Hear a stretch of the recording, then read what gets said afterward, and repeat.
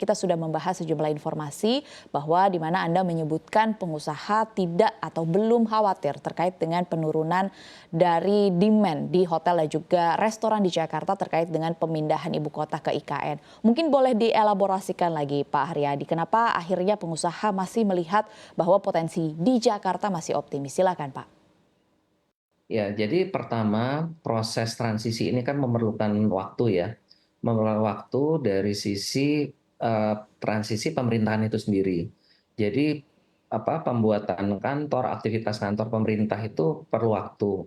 Dan kami juga ikut memonitor gitu ya, seperti contohnya untuk calon penerimaan pegawai negeri yang juga baru mulai dilakukan tesnya adalah di sekitar bulan Oktober. Lalu dari sisi infrastruktur yang ada untuk mendukung kegiatan pemerintah juga masih berjalan.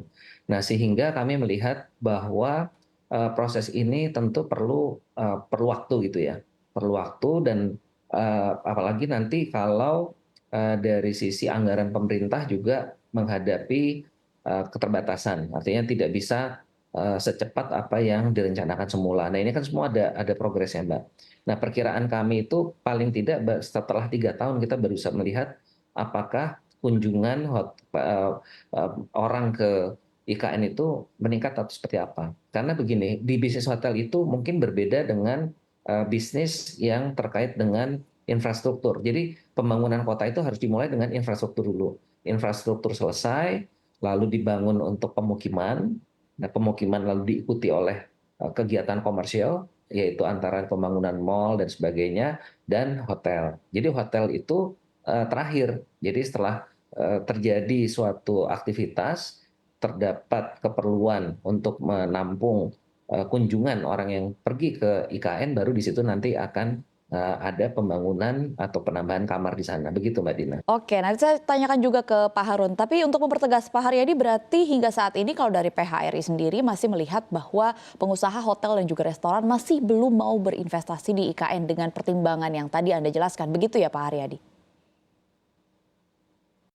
Kalau kita mengikuti, jadi mengikuti tren tadi, bukan nggak mau loh ya. Namanya pengusaha setiap ada peluang tentu pasti kita akan mengambil peluang itu. Jadi kita melihat bahwa kunjungan itu belum ada. Dan yang paling menentukan juga dari pihak perbankan, Mbak Dina.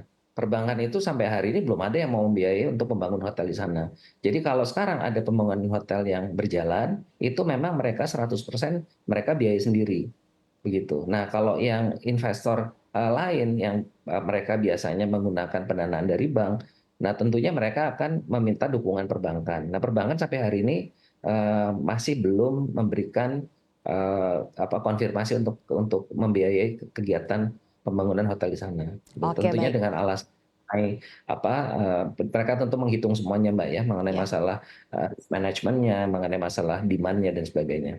Ya, masih melihat keberlanjutan dari pembangunan IKN ini sendiri menjadi pertimbangan para pengusaha dan juga perbankan untuk memberikan modal begitu bagi para pengusaha Ya. untuk membuka usahanya di IKN. Saya akan tanyakan juga ke Pak Harun, pendapat Anda seperti apa? Apakah Anda setuju dengan kondisi yang tadi sudah dijelaskan oleh Pak Haryadi bahwa memang dari pengusaha masih mempertimbangkan, masih belum terlalu optimis bahwa investasi atau untuk berinvestasi ke IKN berkaitan dengan properti atau hotel dan juga restoran, begitu Pak Harun?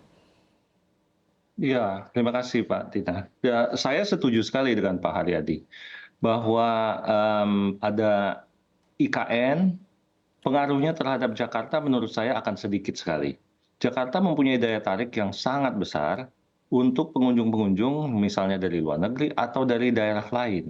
Memang IKN akan menjadi daya tarik baru, tetapi kan seperti misalnya di kota lain ada daya tarik baru begitu sehingga ada pengunjung baru. Tapi pengaruhnya terhadap Jakarta menurut saya akan minim sekali. Begitu. Oke, Pak Harun boleh dijelaskan kembali, kalau dari Ciputra Development Tbk sendiri melihat bahwa IKN ini di titik apa akan menjadi potensi besar? Apakah ya itu balik lagi seperti yang Pak Haryadi bilang menunggu pembiayaan dari perbankan atau misalnya menunggu jumlah pemindahan penduduk untuk masuk ke IKN sampai ke jumlah berapa? Apa yang menjadi tolok ukur melihat bahwa IKN ini sudah layak untuk masuk investasi kalau dari Ciputra Development Tbk sendiri? Ya, terima kasih. Ciputra Development kan seperti biasa kita mengembangkan kawasan seperti kawasan perumahan ya. Biasanya kita membangun kawasan perumahan terlebih dahulu, kemudian diikuti oleh kawasan komersial seperti yang Pak Haryadi tadi sampaikan, kemudian ada daya tarik dari seluruh pengembangan tersebut, maka kemudian ada hotel. Jadi memang hotel itu salah satu pengembangan yang terakhir yang dibutuhkan. Kalau sudah mempunyai penduduk yang cukup, kalau sudah mempunyai apa namanya population base yang cukup, nah itu akan berkembang terus. Tentu ini akan memakan waktu ya, seperti yang disampaikan oleh Bapak Presiden juga bahwa pengembangan IKN ini bukan hanya 1-2 tahun, tetapi 10-20 tahun. Nah, dalam 10-20 tahun itu pasti population base akan bertambah terus sehingga menjadi daya tarik untuk kita pengembang melakukan investasi di sana. Nah, investasi itu akan bertahap tentunya. Seperti sekarang ada kebutuhan hotel di sana. Ya, sekarang sudah dibangun hotel Swiss Hotel itu, tetapi kan satu. Nah, itu memang untuk memenuhi kebutuhan saat ini. Nanti kalau sudah ada kebutuhan tambahan, pasti akan banyak pengembang untuk mengembangkan hotel di sana. Oke, baik, terima kasih Pak Harun. Saya akan bertanya kembali ke Pak Haryadi. Pak Haryadi, kalau menurut perhitungan Anda, berapa tahun dari sekarang hingga akhirnya IKN dilirik oleh para pengusaha hotel dan juga restoran untuk masuk berinvestasi di tahun 2024 ini? Menurut Anda perhitungannya berapa tahun dari sekarang, Pak Haryadi? Kalau kita mau melihat trennya 3 tahun sudah, ya, kemungkinan sudah terlihat ya trennya itu seperti apa. Apakah nanti itu populasinya akan seperti apa, kegiatan pemerintah di sana seperti apa, itu mungkin kemungkinan ya paling cepat 3 tahun kita sudah bisa lihat trennya. Nah, yang juga perlu dipertimbangkan, kalau kegiatan itu nanti hanya kegiatan pemerintahan saja, itu juga daya tariknya kurang tuh Mbak Dina. Jadi kayak misalnya kita kalau di Australia itu kan ada Canberra ya, di Kanada ada Ottawa gitu ya. Memang kalau hanya kota pemerintahan tentu daya tariknya relatif sedikit. Nah, yang kita belum tahu kan adalah bagaimana nanti perkembangan untuk industrinya di sana. Kan di sana yang dikembangkan industri hijau, seperti apa untuk pembangkitnya aja menggunakan tenaga air dan sebagainya ya. Nah itu apakah akan juga mendorong pertumbuhan industri di sana yang akhirnya menjadi daerah baru untuk pertumbuhan ekonomi. Nah itu juga perlu dilihat karena kalau hanya pemerintahan itu volume kunjungan ya karena populasinya juga sedikit ya tentunya juga nantinya akan relatif sedikit. Jadi itu juga sangat menentukan. Jadi tadi saya bilang jadi paling cepat kita bisa lihat 3 tahun arahnya seperti apa. Karena kita belum tahu apalagi Pak Prabowo juga belum memulai pemerintahannya kan kita belum tahu nanti seperti apa prioritas-prioritas dari pemerintahan baru nanti. Oke, baik, ini menarik Pak Haryadi. Tadi Anda menyebutkan bahwa memang kita tahu Presiden terpilih Prabowo masih belum memulai pemerintahannya. Berarti bisa dikatakan bahwa dari pengusaha hotel dan juga restoran masih menunggu komitmen dari pemerintahan yang baru, begitu Pak? Sebetulnya kita nggak menunggu komitmen sih Mbak. Yang kita lihat adalah bisnisnya kan, trafficnya. Jadi komitmen itu hal yang lain lah, itu kan urusan politik ya. Yang kita lihat kan dari sisi bisnisnya gitu. Kalau memang bisnisnya bagus ya pasti semua pihak pasti akan bergerak ke sana. Termasuk yang paling utama ini perbankan Mbak.